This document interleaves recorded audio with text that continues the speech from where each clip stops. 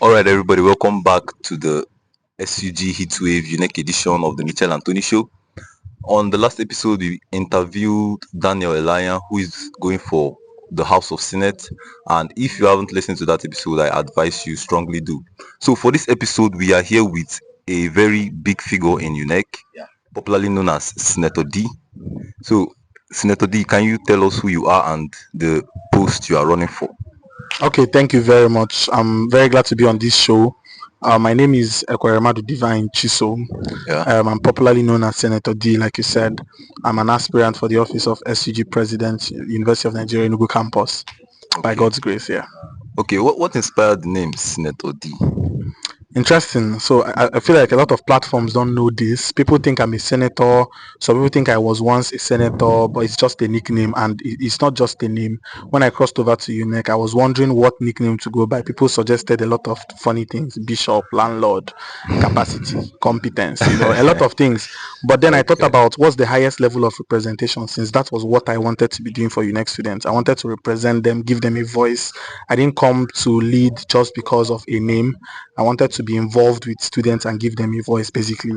And so the highest form of representation in most governments that are democratic is the Senate. So I went with senator. And then people think D means divine, but it really means difference, because a lot of people are senators, but I want to be a representative with a difference. So Senator D is a representative that is with a difference, that does it differently. So that's what inspired the name. Okay, I actually thought D was for divine. Yeah, a lot of people think so. I actually thought the D. Okay, what does the office of the SUG president do? Like, what is the job of the SUG president? What does the office encompass? Yeah. Right. So, unlike every other office where, it's almost very specific, a director of welfare, director of games, the office of the president, like it's, like the name implies, is an office that presides over the others. Yeah. It's the description of the office of president demands that the individuals that occupy that space must have a knowledge about every other executive position, must have a way to come in or impact in every other position. What this means is that you cannot preside over something that you do not know how to manage, something you have no idea about. So the office of the presidency is the 001. It's the office that organizes the rest of the executive. It's the office that gives vision, it gives trajectory, it creates some level of organization at the executive level. This is the duty. Now, coming to the student level, the duty of the president is that he is the topmost figure that keeps an interaction between the school administration and the rest of the students. And so when there is a problem, it is the office of the president that elicits such a problem after it has passed through complaints that has come to the House of Rep members representing departments or senators or anybody really, hall governors, through hostel occupants, Now, when it has come to the presidency, it is this president that can actually, again, preside over problems or interest. And so it's a very strategic position. That's what it really means. It means that you're not interested in any particular thing, you're interested in everything, and everybody's problem is your problem. If it's a sports problem, it's your problem. So presidents preside, that's the name, presidents preside. Wow, I mean, it shows that you know a lot about what you're going for. If you have been the SUG president before. No, but I've been a president twice. I was the first year Basic Medical Science Students Association president before I changed to medicine. I'm currently the president of Enugu State Students Association. Wow. So I've been a president. So you basically know what the office of president yes, yes, I do. Speaks like someone that's basically done there and done it. Yeah. So that's good. Okay, we're going to start with questions, right? Questions that are going deep. I'm going to strike deep into the the UNEC hearts, and we want to know basically, what do you think has been the biggest failure of the past SUG presidents, past SUG governments? What do you think was the biggest failure they had, and how do you think you can basically solve those problems? Well, because I feel that the problems, like every government, will have a problem. Individuals are not perfect, and really I was part of that government. Whilst there were executives who may not have performed well, there were some that did well. Aside myself, there were people who actually marked their. I served as the Assistant Secretary General, yes. And when it comes to competitions, UNEC went to competitions. When it comes to putting our name out there on the map, we made sure we gave UNEC students platform. When it comes to training, skill acquisition through the Opportunity Hub, we made sure the opportunities that were coming up, UNEC students were getting involved with it. When it comes to collaborations with companies and platforms to establish programs like the Southeast Students Innovation and Entrepreneurship Conference that we did last year.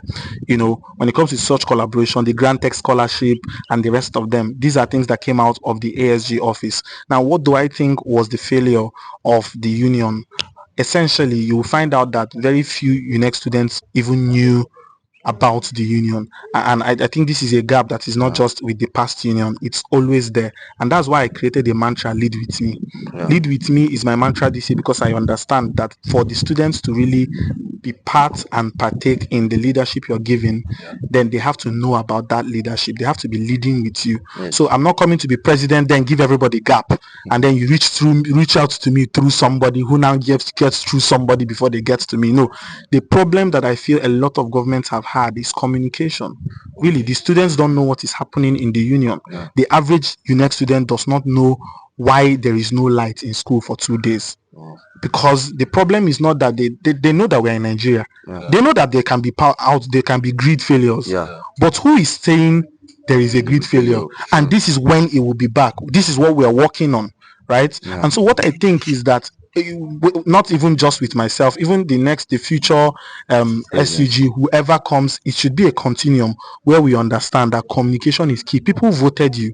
You have 1,000 people on, maybe 1,000 votes as you win, and then you have only 5 people that you carry along. It's impossible to take along 1,000 people. And of course, it's also a call to the students to be interested in their government. But really, if I'm able to communicate enough to the students, these are my problems, these are challenges we are facing, this is what is going on, this is the opportunities that we have, these are the issues that we can solve together, this is where I need you, this is where I need you, the departmental heads, the faculty heads. If there is that level of communication, then you find out that it's like giving everybody closure. Even though that we may be going through a difficult time, we know what's happening. There's just this sense when people feel heard, when people feel like they're part of what is going on, right? Then somebody is just sitting down.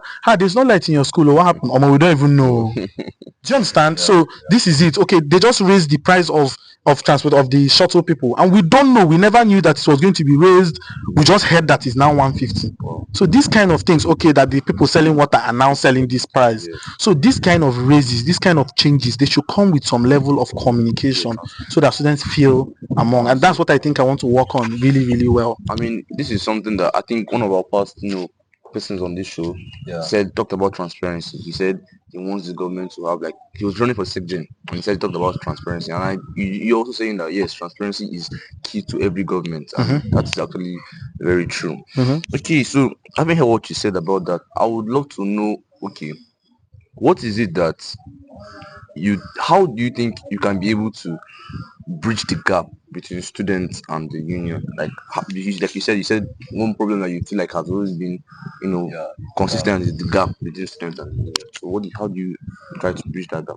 I think it was yesterday or 2 days ago that I released a video when I had an interview with the Minor Studio, and what I was talking about there was accessibility and availability. You see, you can have the most beautiful manifesto, your plans to change this, to host this, organize this, but accessibility and availability is what makes you to know what the recent problems are. While you can build a 10-point agenda, which could be very beautiful, a 20-point agenda, which could be very fine, beautiful plans, if you carry water to someone who needs oxygen, you have failed.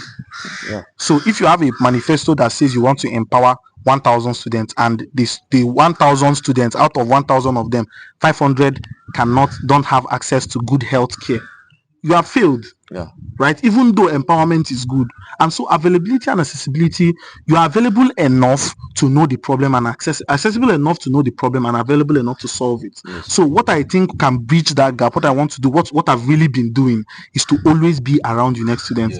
You hear some people in law say, I don't know if this is a law student. Some people in HESA say they don't know if I'm a HESA. Some people in FAPS, the way he dresses, doesn't wear uniform. Maybe he's even in environmental studies. This is because I try to be among students. When I talk about the problems of UNEC, people think I did a research. No, the best research, the best survey is to be with the people you lead. You will hear it. It will come up in their conversations.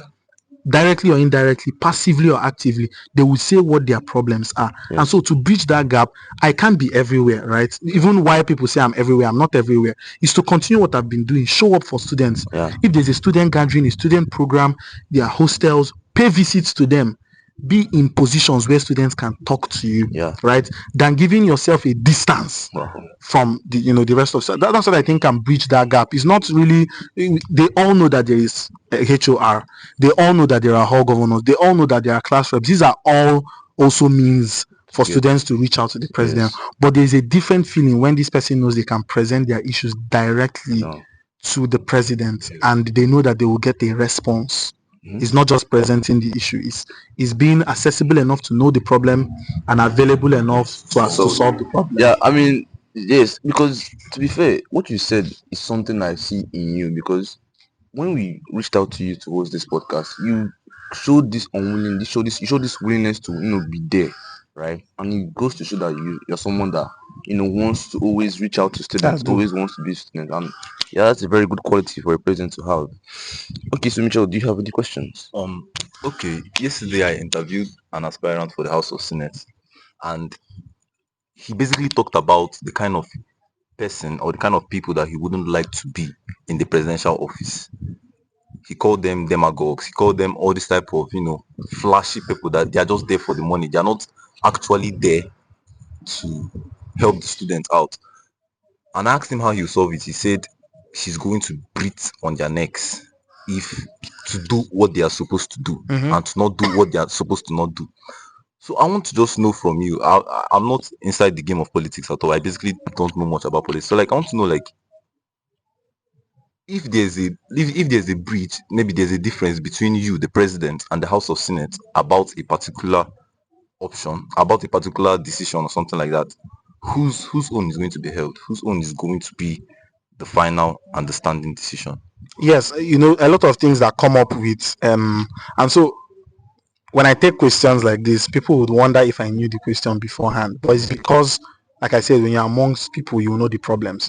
This is a problem that has come up many times. House of Rep, House of Senate, Executive, Judiciary. You see, the issue we have, once again, is that I don't know how many people have actually read the Constitution, how many executives or senators have read the Constitution. Because if I know my job, and I know the Senate's job, and I know the House of Rep job, and I know the Judiciary job, it's not a question. I shouldn't be asked which one would be held. Now, if there is an issue that I have presented to the House of Rep and it has been vetted that this can fly, I'm constitutionally obligated and authorized to carry it out as president. Now, when I have gone ahead to carry out that issue and the Senate find an issue, I have an issue with it, the Senate can now invite me and it can become a case in the judiciary. Who are now the interpreters of the law. So legislators are lawmakers, policymakers, so they work on budget, they try to scrutinize the activities. They don't pass judgments. So you wouldn't ask whose voice would be held. It would now be, I have a case, you have a case, we take it to the judiciary, who now does their job, right? So if you go through the Constitution, we don't have the length of time, but if you go through the Constitution, you find everybody's job. And it's not just a problem with the SUG UNEC, it's a problem with Nigeria and Africa at large. A lot of times you find out executive members performing legislators' jobs, and you find out legislators performing judiciary jobs. It's like what is happening in the Senate now. I don't want to just go delve into it, but you find out a legislator performing the judiciary's job and overruling the judiciary's judge, and this is a judgment that must have probably come from the Supreme Court, which is meant to be final, right? So I feel like the gap, the reason why this is even a question is because people don't know their duties. As the executive, I know that my job is to preside. I know that I cannot randomly wake up and want to do a program that I have not presented to the House. I know that I cannot make withdrawals without the FinSec, and I cannot make withdrawal to a course that I have not that has not passed scrutiny by the Legislative House. You understand? Now, in cases of emergency, such things should be reported again, and there's a stipulated amount of time where you should report to the House of Rep why this thing you didn't pass through them. What has now established that this was an emergency? All these things are processes and procedures, and people do not like bureaucracy. But bureaucracy is order. Bureaucracy is what keeps us from problems like that. And so, if I know my job, and the Senate knows their job, the question wouldn't be what will hold. The question would now be, what was the problem? who has passed through the constitutional processes, who has done the right thing. Whoever has done the right thing is already on the right path. The person has won. Wow. I mean, the way you answered the question so flawlessly, like you said, people might think that you already heard this question before. You answered the question so flawlessly. Thank you. You said that the job of the president is not any particular thing. You're not welfare. You're not sports. You're not any particular thing. You're just the one that presides over everything, which means you have the most job. So why president? If you know that, okay, this is going to be the most stressful position in the entire executive body, why president? Why didn't you go for something more particular? Let me know, okay, this is my department, this is not my department. Well, why president? And talk about stress. The presidency is not the most stressful. Offices are stressful when people decide to work. Wow. Okay. Right. As ASG, a lot of people thought I was not ASG. They felt I was something else in the government, because every week there was something coming from the office of the ASG. When we went further, every month there was something coming out of there were programs, there were conferences. The conferences were so large, you would think they are coming from, you hear is ASG. So it is not the hood that makes the monk. It is the monk that makes the hood. Okay. So the presidency is because I have done ASG. I have served in the smallest and shown that it is not the office that makes the impact. It is the person that makes the impact. So what I want to do now is that I want to do whatever I have done as ASG on a larger scale. Okay. Now it's not more work, it's bigger. Yes. Oh. It's not new initiative. I'm not thinking outside the box. I have thought about everything. Okay. In one way or the other, everything I have touched up that I want to do as president, I have done it already. Now, while doing it, I faced some bottlenecks because of the office I held, which the presidency may give some level of ease to. Now, it doesn't mean that me becoming president means I have all the power in the world. I just have more access, more reach, right? More constitutional authority. Yes. And so I'm not running for president, because it's more work. Why not go to a specific place? I've done the specific. Do you understand? And so I'm going to the presidency so that whatever I have done, whatever I've thought about, whatever problems I have solved, we can now solve them more, we can solve them better, we can solve them further. So it's always in the comparative. It's just more. Better, they say, is bigger than best. Okay. Well, okay, so now my question is going to be pertaining to the problems not just in the government but in UNEC as large. I believe that running for this position of the presidency, you singled out problems that the school has, right? And I want to know the problems that you see that the school has and how you basically try to solve those problems as a president. Good. Now, if you look at my flyer, you would see, if you look at my manifesto, you see 10. If you look at my flyer, you see 4, because this 4 I feel kind of summarizes things that I want to do. Now, but like, everybody has things that they are very, very interested in. As a person, as an individual, I'm interested in some very particular things, and that's what I'll be talking about. Now, it doesn't mean I don't have plans for anything I didn't mention, but there are things I'm interested in. The first is, the condition of the students living in school, right? Now, this goes to talk about the state of hostels, and when you say state of hostels, it's vague. So let's talk about water. Yes. Now, the availability of water is a problem, and it's something I'm very interested in. This rainy season has been on for long. Now, in a university where I used to be, even not as a student, Uni Abuja, found out every zinc in the school is reticulated, and so whenever it's rainy season, it's just a time to gather water for the dry season. Wow. Right? There is still, so I'm not saying it's a perfect school. There is sold water. There is, but imagine if every hostel roof, every faculty roof was reticulated. By reticulation, I mean having these pipes that collect water in reservoirs, in tanks. Now, if this is established, this hostel has collected this amount of water. This amount of water is available to cleaners to use and clean. Now, I'm sounding very practical. I want to go from ground up. I don't want to go from up down. So at the barest minimum, reticulating zincs is already building water, not drinking water. It's giving us enough water for cleaning, flushing, stuff like that. Now, there's also the aspect of tank waters. We found out that the state government took on a little water project where they established some channels from which water, So in the past, the problem has always been that the pipes running under the school are quite old. Some of them are blocked, clogged, spoiled. And so, while it is going to be a long-term project to fix all of that, I intend that even if it is once a week, or sorry, once a month, water goes round to every hostel from the channels that I talked about outside the school. Now, I mean, the closest one to our school is Kenyatta. So if we have, it's over, because it's coming from the states, it's also going to be subsidized. It's going to be subsidized. If we have a tanker person, you fill them. If you fill the tanker, they go around and distribute water. That water that's been distributed is free until it finishes. This will now ease off the buying of water that students have. I don't want to bore you. The plan is quite it's actually nice. Right. So then there's now the whole borehole talk. Right. So there's water under the school. I've stayed on this land since 2011. I'm going to 14 years now. My father served as the assistant chaplain and chaplain of the Chapel of Redemption.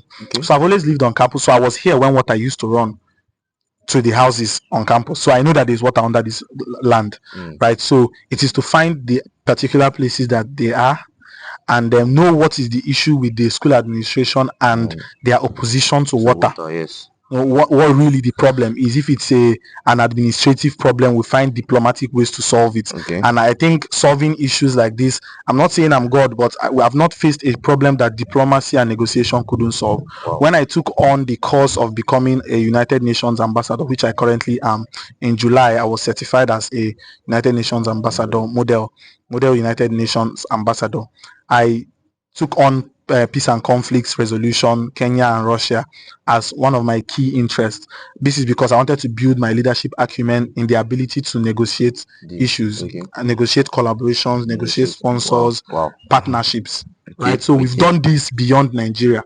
Last year I was in Mexico. This year I will most likely be in Russia, because we are working constantly with global leaders. When you think and work with these people on the global level, you stop thinking small. So it has expanded my mind to see that possibilities are endless. So when we find, what I'm saying is that because when you say how will you negotiate with the school, I'm telling you how I can. Right. So I don't want to leave any question flying. So I want to consolidate every answer I'm giving you, so that when people listen to it, they know what they're listening to.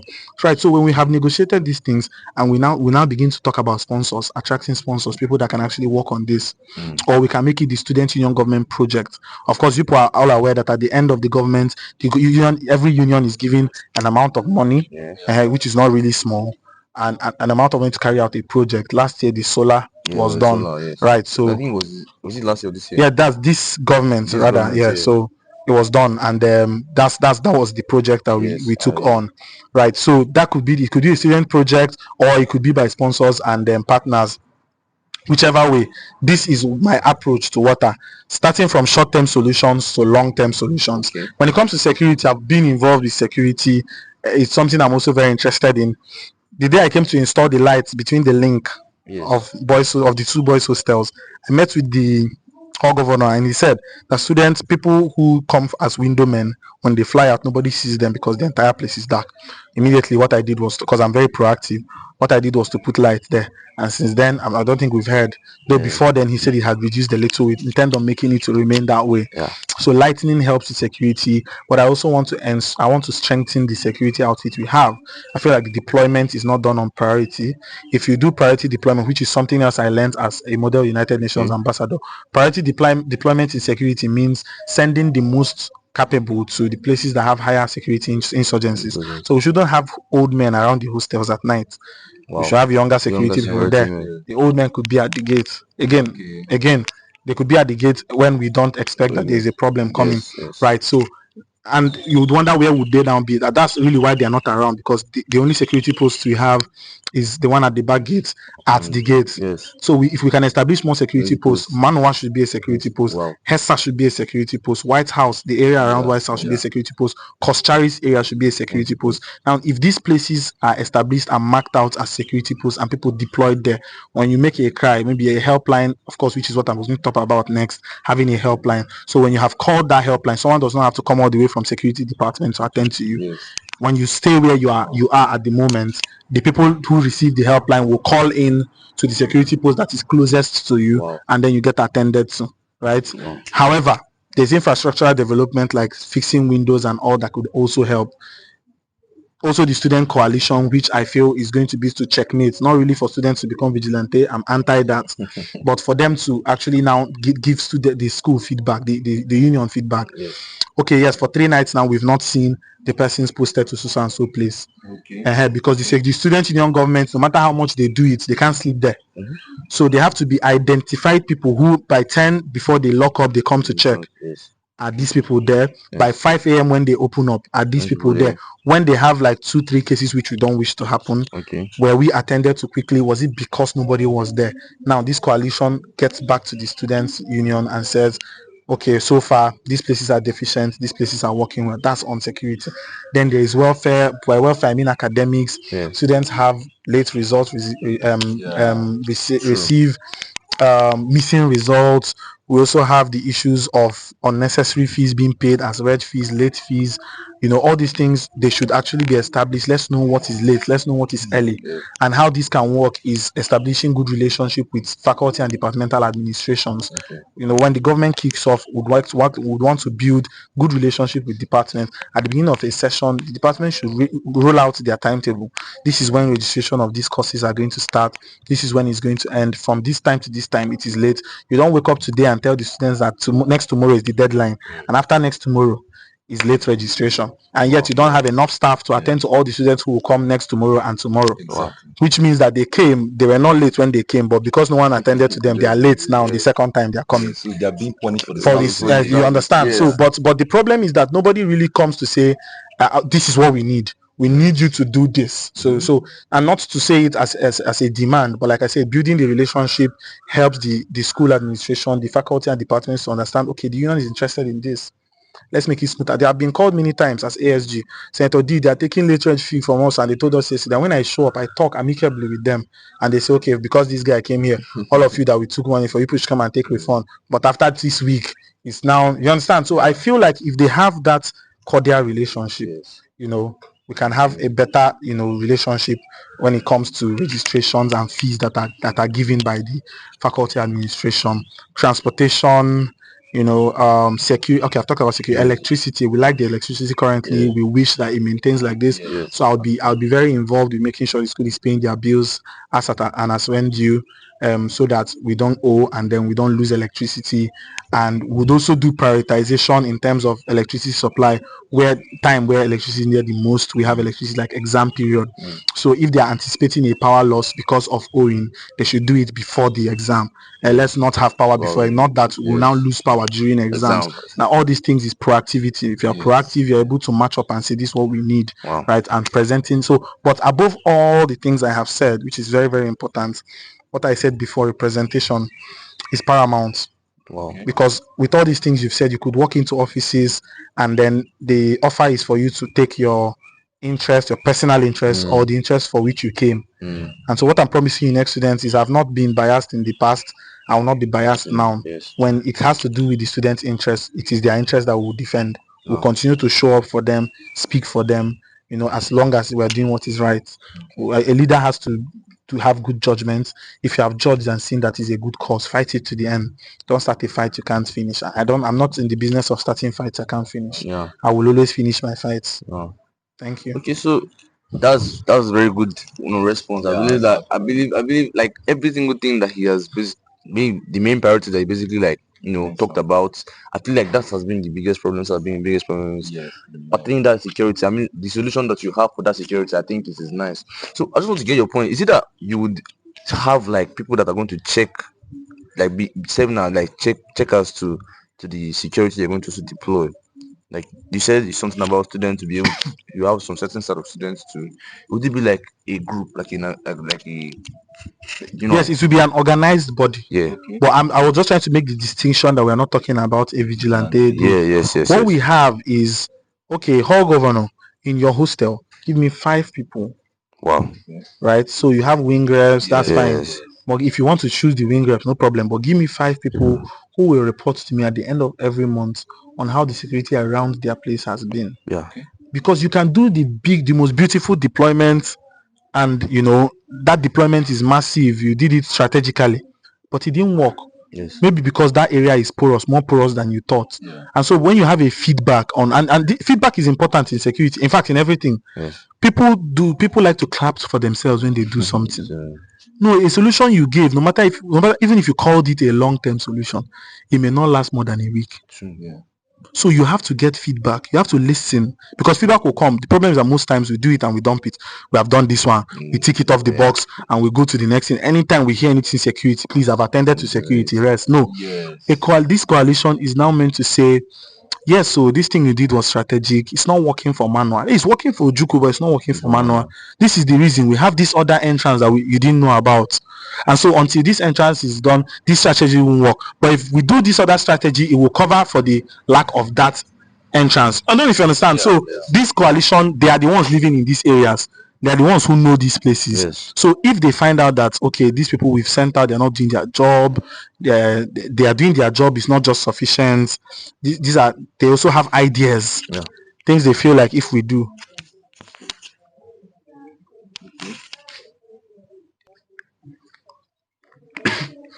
So if you have that, so you find out that, okay, yes, these things, the plans you did, okay, they were good, though they are just not sufficient. And these people could also have ideas. I found out that students are like a bag of ideas. Nobody really pays attention to them. I don't know it all. I may sound this smart, but someone may know so much about security that I don't know. And so when you make that call, people fill the form, they are interviewed, and then you actually encourage them to take some security courses so that they understand what security is. Right? So there's that intrinsic security. It creates a sense of intrinsic security when they know that we are aware of our security. And it also keeps the security on their toe when they know that the students are aware of their security. An average UNEC student does not know who a security man is. They don't know. If they see one, they don't know. So we also need to have a database of our security and let the students know who our security is, except they are DSS. If they're not DSS, it's not secret service. Why don't we know you? Why don't we know you? So we should know our security. A student should be able to, oh, I'm running to security department, but I saw this person and I know it's a security and I can report to the person. Right? So, all of this. But what I'm trying to say, that coalition is an organized body that will come from every hostel and then probably have a lead amongst them. Of course, this will go through the house, really. If they do not approve, we'll find another way to go about it. Because I feel like the house is made up of representatives from all these departments. And so if you're doing something and every department says they don't want it, who are you? Right? This is another thing. So you have a good plan, but you have cold water, but they need oxygen. Yeah, actually. So, honestly, everything you said now is, yes, like you said, it was very proactive. Like, you painted the picture, right? I mean, people in politics, just tell them what are you going to do. They just give you talk. They just give you talk, but you give us picture. Like, I could see in my head now what UNEC will look like if you become the SUG president, and that is a very smart way of basically delivering your manifesto. And all your points, they were basically beautiful. Okay, so I want to ask you. You have so many good points, right? If you became the SUG president today, what is the first one you will execute and start carrying out? Very interesting question. I asked myself this question last week. Because when I was ASG, I knew the first thing I wanted to do was to launch out the Opportunity Hub. And I had a target of filling 2 groups with 1,000 people each. So I knew that the first thing to do was to have an ASG Elite group, which comprised of different people from different departments who wanted to work with me, including ASGs. That group hit 200 on the night of my election when I won. And the Opportunity Hub group hit 2,000 in the next 2 days. So that was a product of having a thought of what you want to do before. Now, because this is not ASG, this is president, what's my plan? What I would do first is what I talked about. The duty of the president is to preside. My plan would be to organize my executives and know what their plans are. I now have this plan for security. The director of welfare is in charge of hostels. What is his own ideology about it? That should also affect how we deliver. So you don't come out in the month and everybody's working on their own. The DOS has a program. The welfare has a program. The DOG has a program. All of us are just, no. There has to be some level of organization. Right? So, okay, this is what you want to do. Okay, if you do this one, it ticks the box of these other 3 guys who also want to do something similar. So these other people think of something else, or if you have something else, bring it up immediately. So what I want to do first is to preside.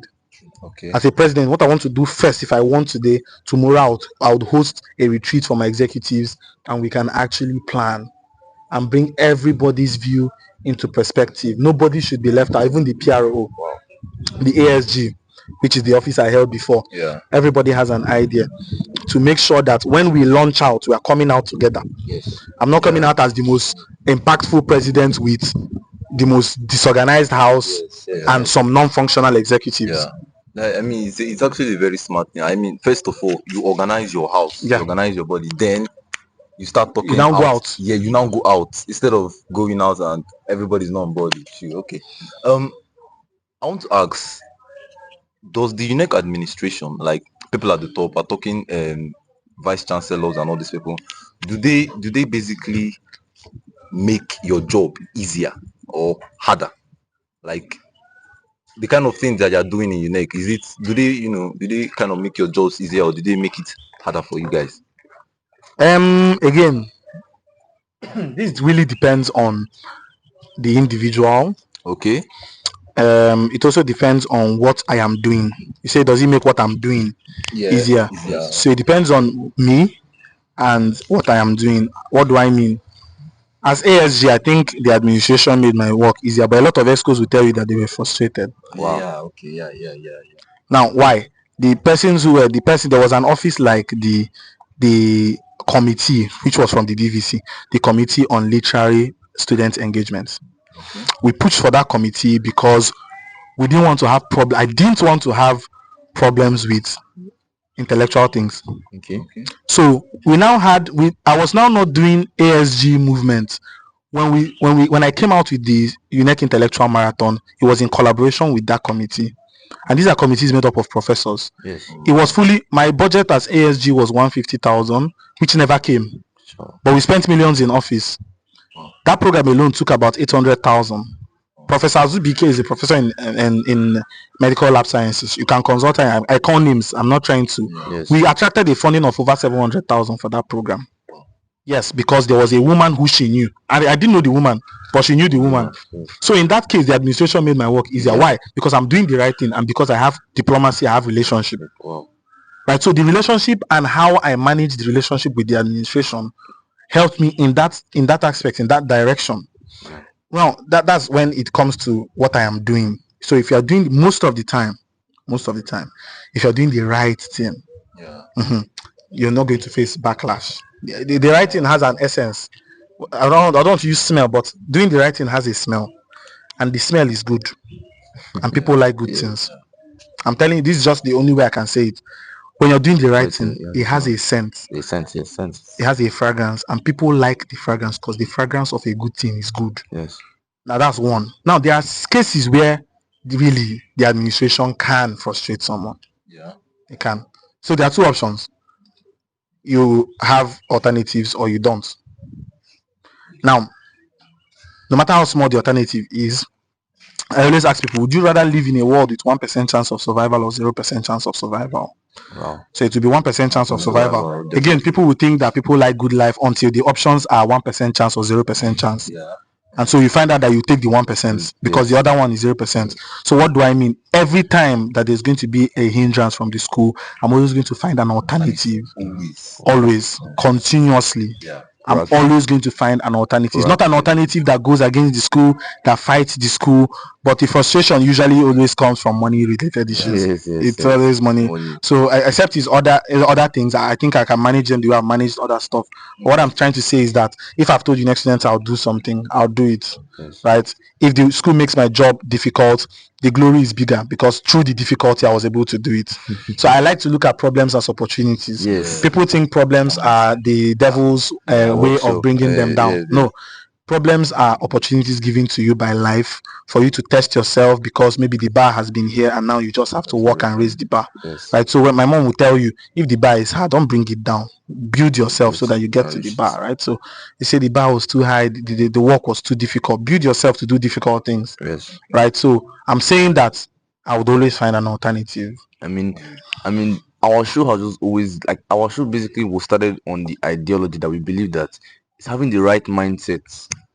Just having the right mindset, and we believe that with that mindset you can be able to move past problems. You start to see problems as not just problems, but like opportunities to skill yourself, and that is like a nice one, nice words. Yeah. Okay, now I want to know.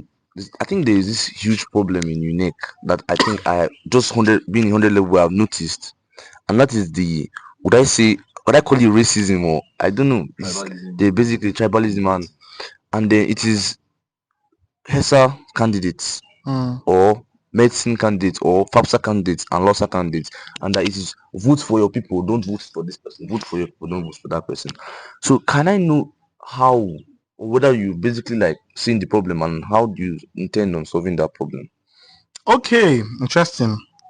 I don't know if this was if this was a video podcast, this would be the point where you say, let's watch this video. Because I have just shared the video today telling students why they should vote who they vote. And the video was, the caption there was that a good leader is a good leader, no matter where they're coming from. Yes. And a bad leader is a bad leader, no matter where they're coming from. So even if the person is coming from your home, if they are a bad leader, you're going to feel it.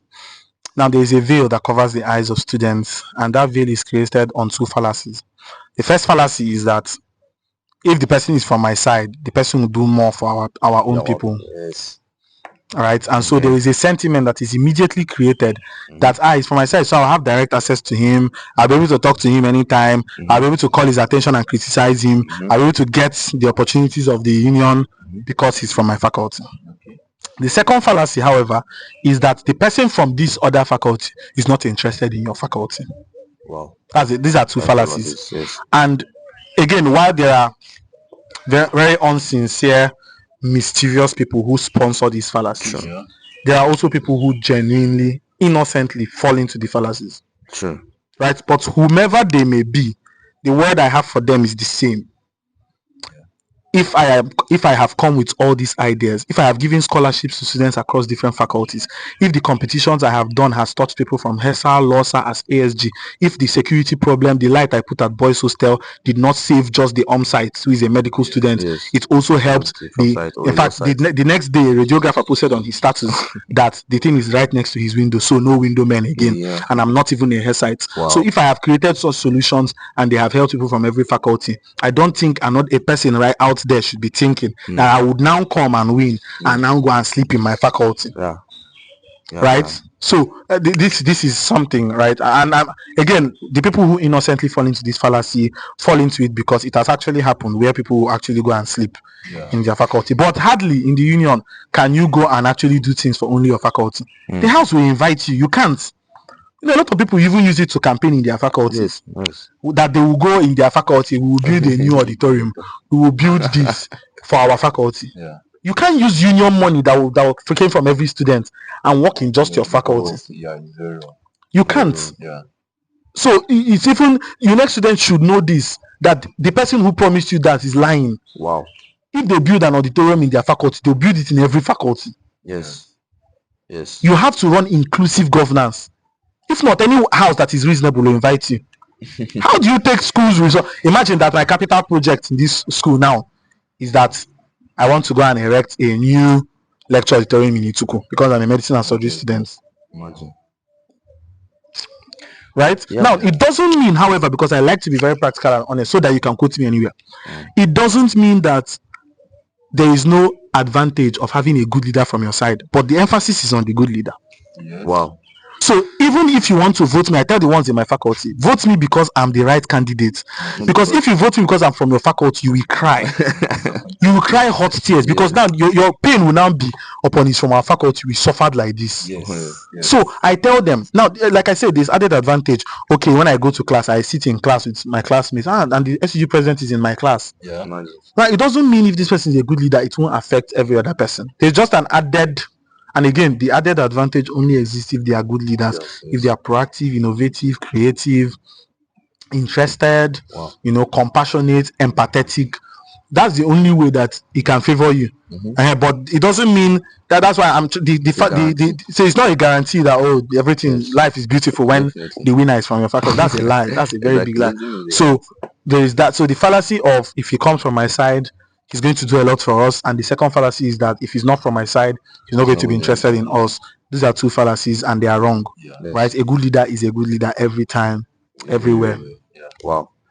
Yeah, so now this is the next question I'm going to ask you is pertaining to another, like, would I say, strong point why people are now also doing this my faculty and I think it is, would I say, it is like they're saying that those people who come from Unsuka, right, are not original students of this school. Yeah, I've heard that point. They're not original students of this school. So why should we allow those students be ruling us? Yeah. Do you understand? So like it's just basically that ideal. And I want to know your take on it. Like, What do you mean by original students? I've not heard this one before. Okay, so it's like, how do I put it? The students are like crossovers, right? So they didn't start from here. So they're not from the hundreds. They're not from 100 level like other faculties. Like Yeah, you know, so they can't come from outside. they should not come from outside and come here and then dominate our rule our people. So it is like, okay, as a 100 level student, hearing this from people who run campaigns, people who are moving from side to side, telling us this. It's like these are the things that we're hearing, and we're just basically telling you, okay, how do you see it? Like, what is your take on that? Okay, my take is very, very simple. Yeah. My take is simple. Now, before you run for president, constitutionally, you should have completed 2 academic sessions in the university. Yes. Okay. What it means is that if I cross over from Osaka, I should spend 1 full year. And any leader who knows what he's doing, 1 year is enough for you to know the issues and how to solve them. What you look for in a president is that the person can identify problems and attend to them and give you representation and all the things I've mentioned. So what it means is that even if the person is an original student from the Faculty of Law, Environmental, Business, wherever they're coming from, if they have not accessed the problems, built competence and capacity to solve it, even if they stay for another 10 years, they cannot give good leadership to the school. The bias of where a person has stayed or how long the person has stayed there does not exist with things that have to do with leadership. True. Effective leadership is on what the person can do, is on credibility. Yes. It's not on duration. Yeah. We have Nigeria. We are Nigerians. Almost all our leaders were born and brought up in Nigeria. This point is very, very... Are they not original Nigerians? Yes. They are original Nigerians, and they're not solving our problems. Yes. So the problem is not being an original student, and I don't even think the right word is original. Yes. Right. So the point is not being a student who sleeps in UNEC or who was born in the University of Nigeria campus. No. Okay. The issue is not about that. The issue is about who knows the problems, who has built enough experience and capacity and credibility to solve and attend to this problem, who gives the school the best leadership. Right. So these are the ideologies that we should clear at every time they come up. So I'm serious that I've never really heard. What I've heard is that medical students like me who would finish and then we have another campus which is old site should not lead UNEC students because they are not around.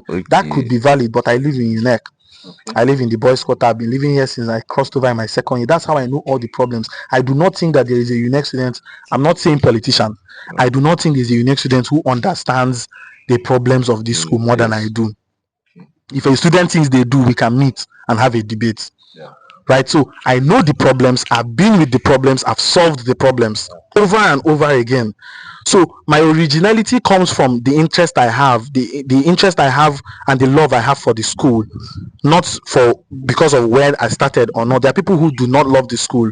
Even though they've been here, they don't love the school enough to give it their time, their resources, their energy. And so that's why you hear that there's a number of years you stay abroad and you become a citizen, of the country that you have been, in the abroad, because they have an understanding that even nativity is earned. Yes. Nativity is earned. Culture can be learned. So people are not born with everything. So there is no originality. There's nothing original or fake. Originality is how well you can do. That's what, for me, that's what qualifies you to be an original. I mean, the way you tackle the point, it's very, very beautiful. In fact, the ideology, in a way, I think I was, beginning to agree with it somehow. But the way you even Nigerian leaders, they were born and brought up here for how many years now, and they are still messing up like this. So yes, the way you tackle the point, it was very beautiful.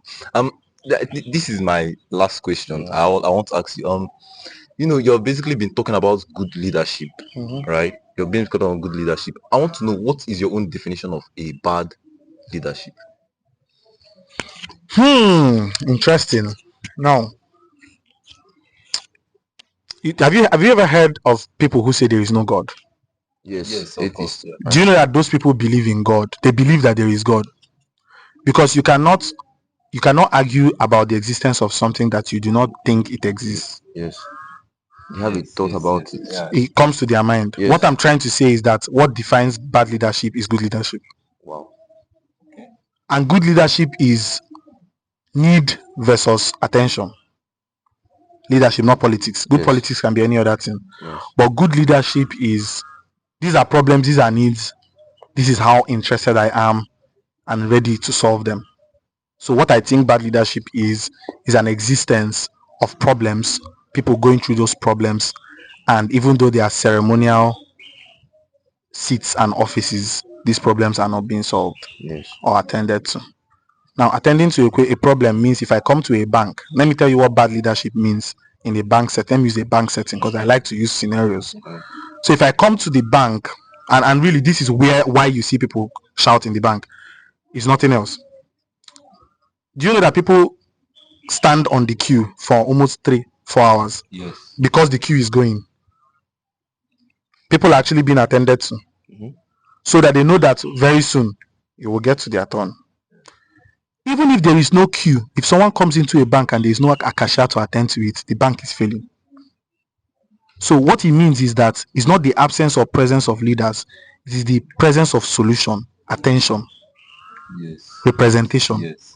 So if I stand on the line for 4 hours, how far now? Why did you take so much time? Or the queue was long, but I eventually did. The person would say they had a bad experience in the bank. Wow. When someone would say they had a bad experience in the bank, is if they went to the bank and on the 3 outlets there was no cashier, or this single cashier was the only one there and he kept attending to the same person for almost 3 hours. Wow. Yes. So the point I'm trying to make is that while there are ceremonial office holders, these people are figureheads, they are the honorable, right honorable. If issues are not being attended to, if students don't think they can cry somewhere and it will be heard and mentioned, then it's bad leadership. I don't think it's the absence of programs, building a new hostel. No, I don't think so. I think it is eliciting the problems of students well enough so that they feel heard, so that they feel represented. If not, there is no need for a union, because people can survive without dinner nights. Yes, true. I can go through this school without having social nights. Leadership conference. Sorry to say, even leadership conference. Yeah. I can survive. The reason why there's a union, and I can continue complaining on my own, there will be no need for a union if this union is not responsive. I don't know if you understand. Yes, we do. So being responsible is being responsive and able. Wow. A responsible person is somebody who is responsive. Responsive is awareness that there is a problem And being able to now respond to it. Yeah. And so you're a responsible leader, not just when you can respond to problems, when you have built capacity to attend to the problems. And so everybody knows the problems of UNEC, but not everybody can solve these problems. Yes. And that's where competence and credibility comes in. Wow. I basically learned something new. Like, it's not the absence of problems, but it's like there should be solution to these problems. Yeah, that is the difference between good leadership and bad leadership. Even in a good leadership, there are problems. Yes. But people are there to attend to Yes. responsibility. Wow, that is very interesting. Wow. Okay, that was the last question that we had. But now we're going to take it back, because there are a lot of questions that are excluding politics that people are wanting to ask you. And I would start with, wanting to know, okay, the beginning of, Senator D, Ekweremadu Divine. We want to know, the name Ekweremadu, like, it is a very prominent name in Nigerian politics. So we want to take us back to, how Senator D started, his beginning, the political aspiration, how he came, the drive, and everything. So It's a very personal question, and my backstory is not a very beautiful one. I was a very sick child, and when you're a sick child in primary and nursery school or secondary, even, people don't have emotional intelligence, so they will mock you. I was mocked, I was bullied by my juniors even. And when you are in JS3 and a JS1 student is bullying you, you understand their level of shame. That was because I was a sick child. And even when I became healthy, I didn't know what strength was, because I have not exerted strength. I've not used strength. I didn't know I was stronger than them. All I have known to do is to survive and hide, right? And throughout that process, nobody spoke for me.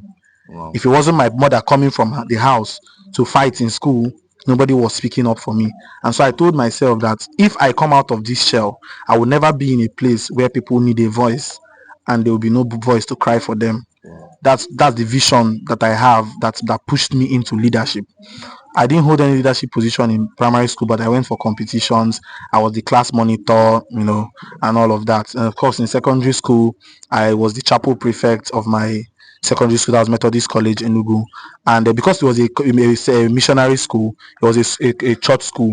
A chapel prefect is very, very busy. It's very busy. We have midweek services. We have morning devotions. We have the leadership of the school, which are priests. So we have to I'm always taken along to things that are being done. And through all of this, I fell out with some teachers, I fell out with some principals, because I needed to defend the interest of the students. Wow. And I came to university, I said, you know what, I'm hiding down, because I fell sick again before I came to university. I had sepsis, and sepsis is not a sickness that you recover from. I had it for long, almost 3 months, and I told myself, okay, I've recovered from this thing. As I'm going to school now, I'm going to hide. I went to school and I found out my age mates, our set people, actually extorting our set people. There was something called a letter of attestation that could be printed for 10 naira, and someone printed a lot of it and was selling it 100 naira. Wow. To students. So even to a parent will come and say, this is the list of things people need to get it from us. We have letter of undertaking, we have letter of attestation, it's 100 naira. And I knew it could be printed. What did I do? When I finished my clearance, and I was the first person in my set to finish my clearance, I finished my clearance in about 3 hours, the 3 files thingy and all. I cleared it in 3 hours, submitted back my files. The faculty officer was shocked. When I finished, I took my letter of attestation, a photocopy, and that of undertaking. I printed a lot of it, and I was giving it to my classmates for 10 naira. Wow. And everybody, they got angry. The people got angry. I'm spoiling business for them. You're spoiling business for us. And I told the person, please, let's do what is right.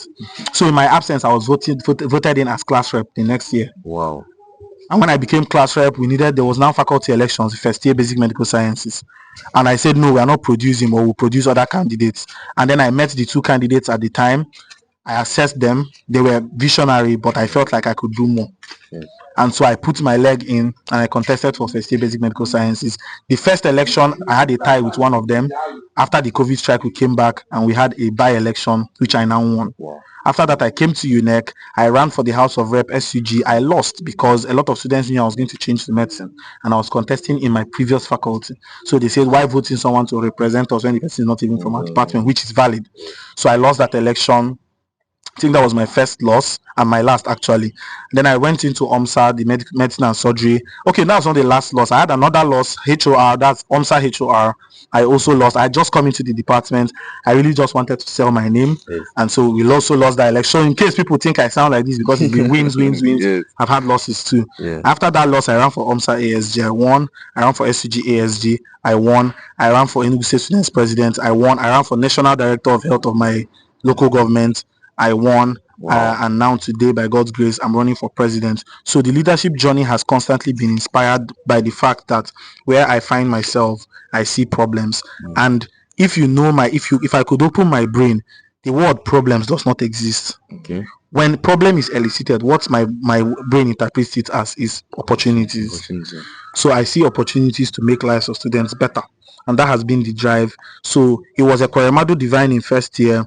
It was Senator D in second year till now. Yeah. Because now I needed to do a lot of representation, and I needed to do it in the different way, which is what senator with a difference means. Wow. So that's basically a summary of the journey. It's inspired by the things that were absent in my life, which I want to be present in the lives of people that I find myself around, and the many things that I have built myself on, which I feel students can benefit from these experiences also. That's why I'm going to inspire students to also be leaders, to bring them up to a point where they see that they are not small, they are not regular. Leadership is not left for some people. If we were to use background and past, I shouldn't be a leader. Wow. Right, because I was sick, I was the weakest, I was the least, right? So but here we are today. pushing strong. So we're also here to inspire students. That's why Lead With Me is also there. Yes. Everybody can be a leader. We rise to the function of leadership because leadership is for everybody. Wow.